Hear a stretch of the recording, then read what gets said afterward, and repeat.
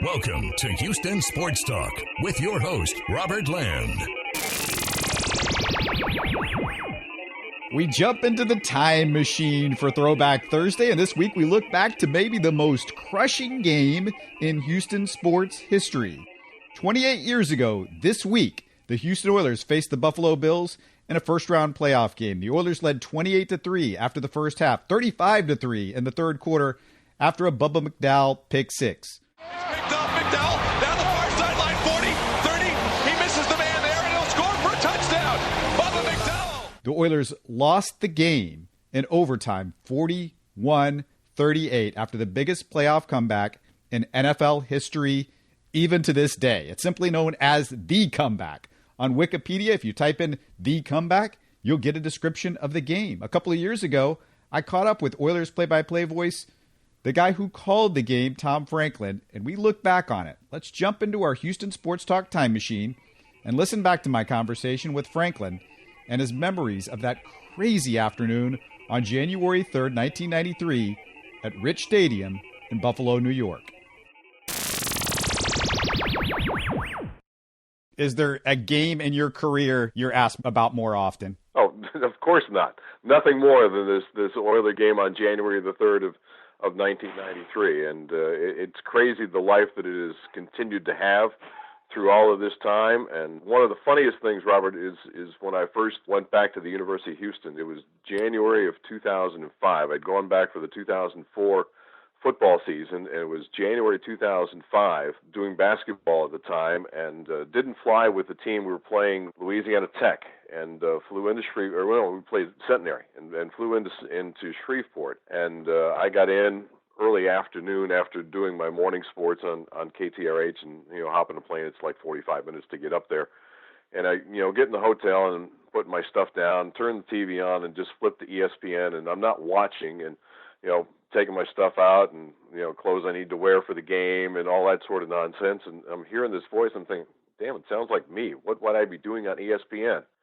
Turned around and looked, and it's the hour-and-a-half documentary that NFL Films had created that they're playing of the game, because it happened to be January the 3rd of 2005. It was 12 years at the time. And that's one of the goofy stories about that. I come in there, and why am I hearing myself? Oh, it's that game. Thank you very much. And then, I know in January to look for it, because somebody's going to show it somewhere along the way. Once the NFL playoffs come up, it's going to be seen somewhere by somebody, because that game will never go away until something else crazy happens in the postseason. What's your most vivid memory from that day, or most vivid memories? There are two, actually. One is that, get to halftime, and it's 28-3. And I walk out of the broadcast booth to go use the restroom, because I don't have any responsibilities at halftime.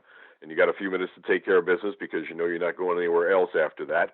And I walk out, and I can see the entire contingent of Houston media. Everybody's working phones and computers and whatnot, trying to book airfare and hotel reservations in Pittsburgh, because that would be the next game. The following Sunday in Pittsburgh would be the divisional playoff game. Everybody's trying to get to Pittsburgh as fast as they can, as efficiently and as cost-effectively as they can. They're already on their phones, and they're going crazy. And so I go back in, and, of course, the second half happens. At that time, the NFL blackout rule was in place. And because of the injury to Jim Kelly and the fact that even the diehard Buffalo Bills fans weren't enthusiastic about this game being played, it was not sold out in 80,000-seat Ralph Wilson Stadium, which is what it was called at the time. They sold about 72,000 seats for that game. So it was basically filled, and by the time halftime came, it was starting to empty. And then when the second half started with the interception return by Bubba McDowell to make it 35-3, it was really empty. It was about half full at that particular point in time. Then the comeback started, and by the time you were in the fourth quarter, it was standing room only. Don't know how all these people got back into the stadium, but it was more full at the end of the game than it was at any other point in time in the ball game, because people from anywhere around were coming into Ralph Wilson Stadium to try and be part of this, what they thought was going to be an historic comeback, and they turned out to be right. So the fact that all the Houston contingent was trying to make their plans for Pittsburgh, and the fact that they were hanging off the rafters at the end of the ball game are the two biggest memories of that game. Well, you're a Houstonian. You followed the Oilers for years. Did you feel like at 35-3 it was pretty safe, or was there still that, oh, this is the Oilers? Because the previous year, people don't remember, they had a good lead on the Denver Broncos in the playoffs, and there was the comeback, and we'd seen so many crazy things happen in Houston sports history. This was before Clutch City, before the Rockets did all of the wonderful things when they were behind. What were your thoughts at that time? When McDowell returned the interception for a touchdown, you thought that the momentum that you had in the first half and played an almost perfect first half offensively, in particular, 4 possessions and 4 touchdowns by Warren Moon, you thought the game was pretty safe. You did not expect that to happen. And when I thought the momentum really shifted was first the onside kick by Steve Christie, who just butted it down the center of the field and fell on it for the onside kick. But that led to a touchdown pass from Reich to Don Beebe, which should have been called. The play should not have stood, but they weren't using instant replay at the time. I remember seeing Beebe wide open down the sideline scoring the touchdown. We go to commercial break after that, and they're showing the replays afterwards. And you can see clearly on the replay that it was man-on-man defense. Jerry Gray was with him, and it was 2 deep over the top. And Gray did a great job of jamming him at the line of scrimmage, and Beebe stepped out of bounds, not far from the sideline official, who didn't see him step out of bounds. If he would have seen Beebe step out of bounds, he's an ineligible receiver to catch the pass. And when Beebe stepped out of bounds and Gray saw it, he motioned to Bubba McDowell, who was the safety behind him, don't worry about him, he can't catch the ball. And McDowell drifted toward the center of the field, which really opened up the sideline for Beebe to be caught, to catch the ball in wide open space, because Gray left him alone. He told McDowell to leave him alone because he shouldn't have been able to catch the ball. But because the officials didn't see it, it's like holding. If the officials don't call holding, well, it's not holding. Well, the officials didn't see him step out of bounds, so he didn't step out of bounds. He was able to catch the pass, and that was the play that really ignited things for Buffalo. That gave them their second consecutive touchdown. They had the score from Kenneth Davis, the onside kick, the touchdown pass to Beebe. They got 2 scores in a row without the Oiler offense ever being on the field. And that's where things really started to change. And that's when Andre Reed went to work and caught 3 consecutive touchdown passes that put him back in the ballgame and put him in front, and waited for Al Del Greco to at least force overtime. Yeah, people forget sometimes that, the Oilers actually came back. They forced overtime. But the thing that I think is shocking, as I rewatched the game at one point, and it just, Tom, it happened so quickly, the comeback. People think, oh, this happened over the course of a half.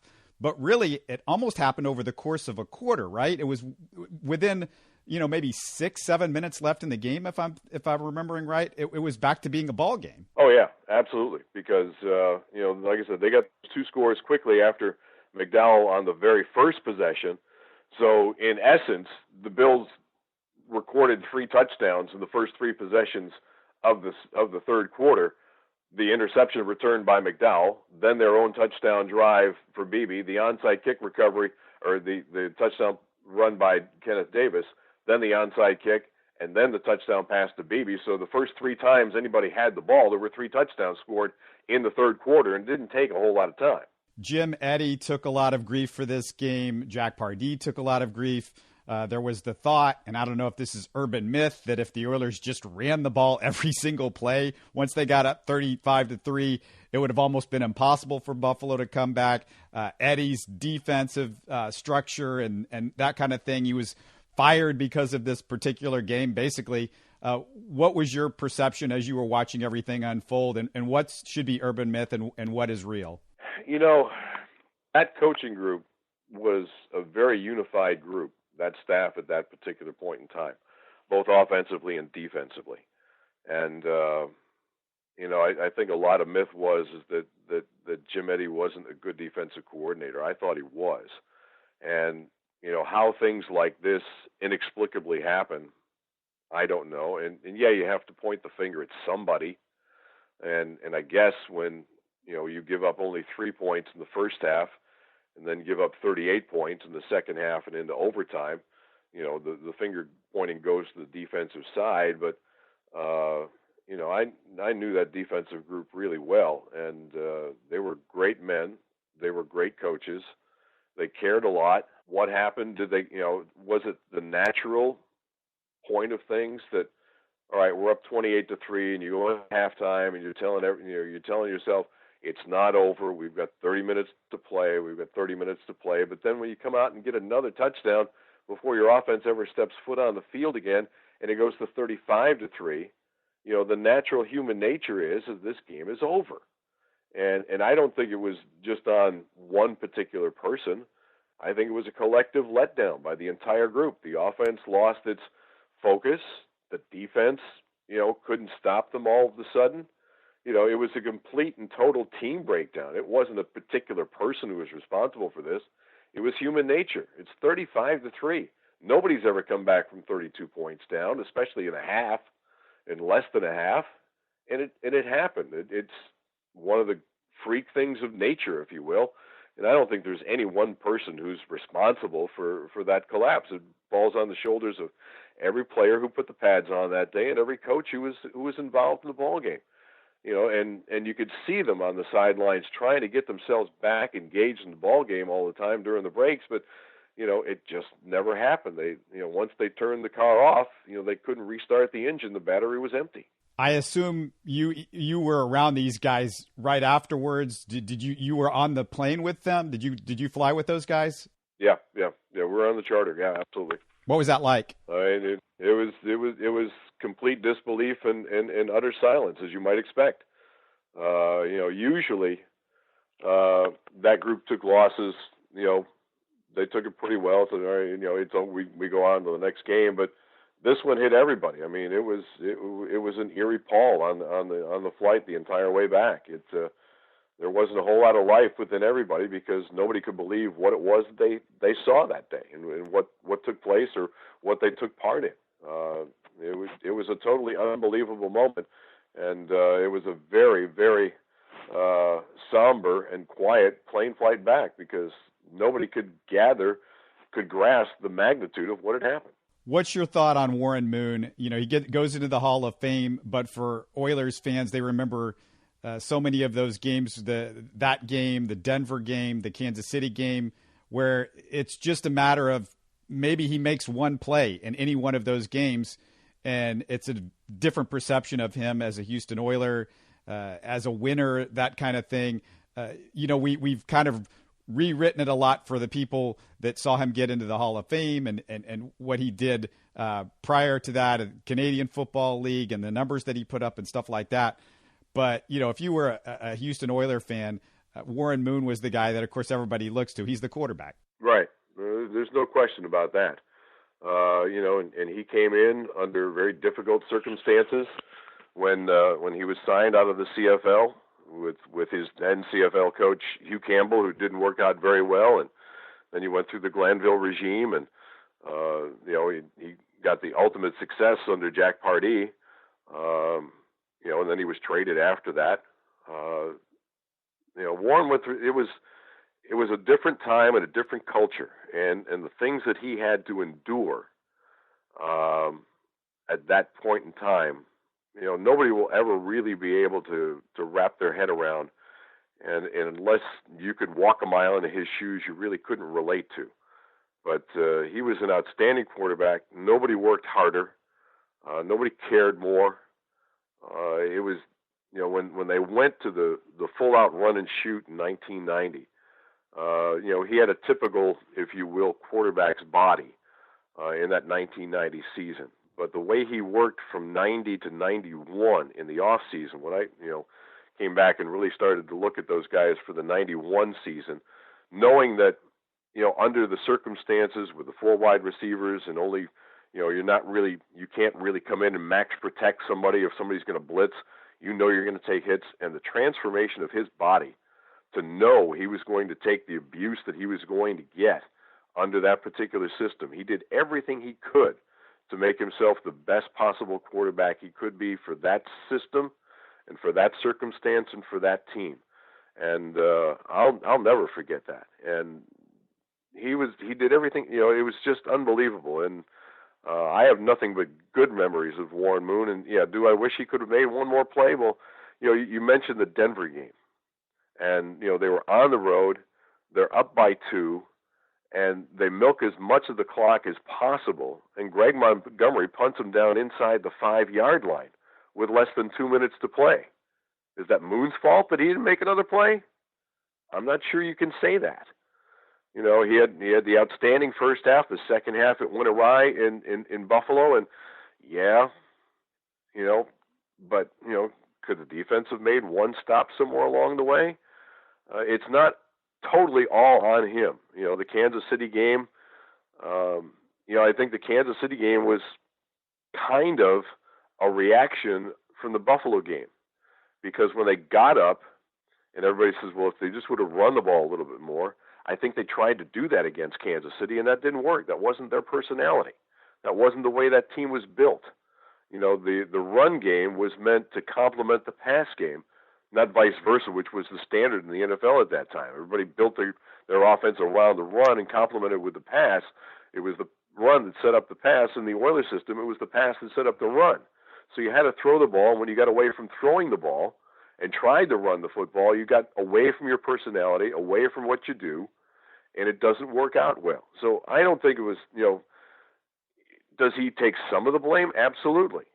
But that blame goes around to a lot of places. It's just not all on him. It's kind of crazy, Tom, but O.J. Simpson was working that game on the television side, right? He was in the stadium. I don't even recall. I'm pretty. It was Charlie Jones and whoever, I forget even who was Charlie with Trumpy at that time. Yeah, I think it was Charlie and Trumpy doing the play-by-play. Yeah, that's correct. Yeah. So if OJ was in the game, he was the sideline game, but I don't really recall him being there. I have a lot of memories about that game, but OJ being there or part of the broadcast crew, I really can't recall, Robert. Yeah, I recall. I can't remember who it was, but somebody had said at some point that they were in the elevator with OJ during halftime, and he said the game wasn't over and made sort of a snarky comment because it was the Oilers. I'm trying to remember who that was, but I thought I had heard that, and it's weird because just within the last couple of months we've heard the stuff that's gone on with Warren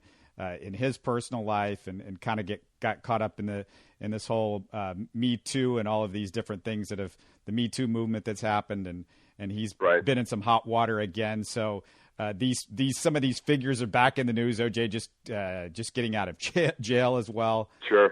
So yeah, it's been really nuts. Anything else that comes to your mind on this game and the whole experience and just, is it something that frustrates you that this is the game that you get asked about, or you just go, well, that's sports, that's all part of it? A little bit of both.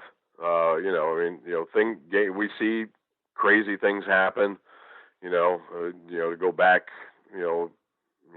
30 years from now, how does Villanova beat Georgetown in the NCAA championships, and Raleigh Massimino get a championship? How do things like that happen? Well, it happens because it's sports and it's unpredictable, and it's why we play the games. And you can figure out on paper all the time what you think is going to happen, and rarely does it ever do that. And calling as many games as I've called in various sports, you always go in with an idea of what you think you're going to see, but you never see what you think you're going to see. And it doesn't matter what level it is, from high school games to college games to professional games and whatever sport it is. You never see what you think you're going to see. It's the game's going to lay out like this. No, it never does. And that's the beauty and the majesty of sports, is the fact that we watch it because, we think we know what's going to happen, but usually what we think is going to happen doesn't happen. Or if the result comes out the way it does, it rarely comes out the way we think it was going to happen. That's the crazy part about sports. And it gets old and tiresome to have to rehash this game 25 years later, but I know it's going to be with me, and I'm proud that I was part of sports history. I mean, how many people can say that they were actually a part of sports history? I was.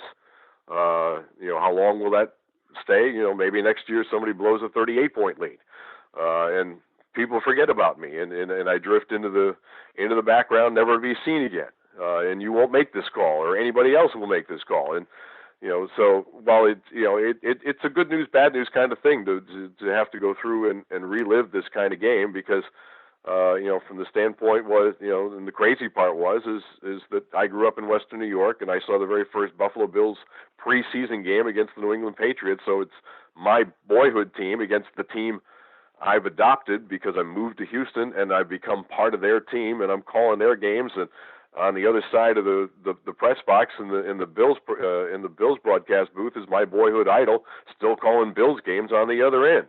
There are so many crazy things that go on with that particular point in time and game that I'll always remember and I'll never forget. And we'll bring them back up again, and we'll have to rehash the good times and the bad times. And I can't remember a team ever playing a better first half in a critical game than the Oilers did. They were just absolutely letter perfect in those first 4 drives, and the touchdown passes to Jeffries and the Slaughter and the Curtis Duncan to get to that 28-3 lead at halftime. And and for Houston fans, and I definitely understand the frustration because how can you lose a game like that? And I see it evaporate before my very eyes, and I'm the one who's documenting it for everybody. I don't know how many times that, when I got back into town and the next few days and weeks after that, people saying, well, it was halftime, and, and we went out and we did this and we did that, and we got in the car and they lost. What happened? And people missed the second half of the ball game because they wrote the game off. But you can't write it off. It's a 60-minute game, and you got to play all 60 minutes before you determine a winner. Just like in baseball, you got to play all 9 innings. Why can't somebody come up with 10 runs in the bottom of the 9th inning to win a ball game? I'm sure it's happened before somewhere down the line, because goofy things like that happen in sports. There were stories about people that shot their televisions in Houston. Do you remember that stuff happening? Oh, yeah. Yeah, shooting them, breaking them, kicking them, whatever. Yeah, destroying them. Absolutely. Reich puts it down. The kick is on the way, and it is good. And the Bills have won it. The Bills have won it. That was my conversation with former Oilers voice Tom Franklin. I vividly remember being over at RG Seal's house. Of course, RG, my old Houston Sports Talk co-host. We were beyond frustrated and angry. It's hard to imagine, but nothing we've seen with the Texans over the last 2 decades comes close to comparing to that game. And really, it was the beginning of the end of the Oilers in Houston, if you think about it. There may be no Texans if the Oilers didn't lose that game. Hope you enjoyed our Throwback Thursday, looking back at the comeback. Don't forget to go back into our archives and find more classic Throwback Thursday conversations. We blew the game. It was nothing that they did to win the game. We gave the game to them because we made so many mistakes.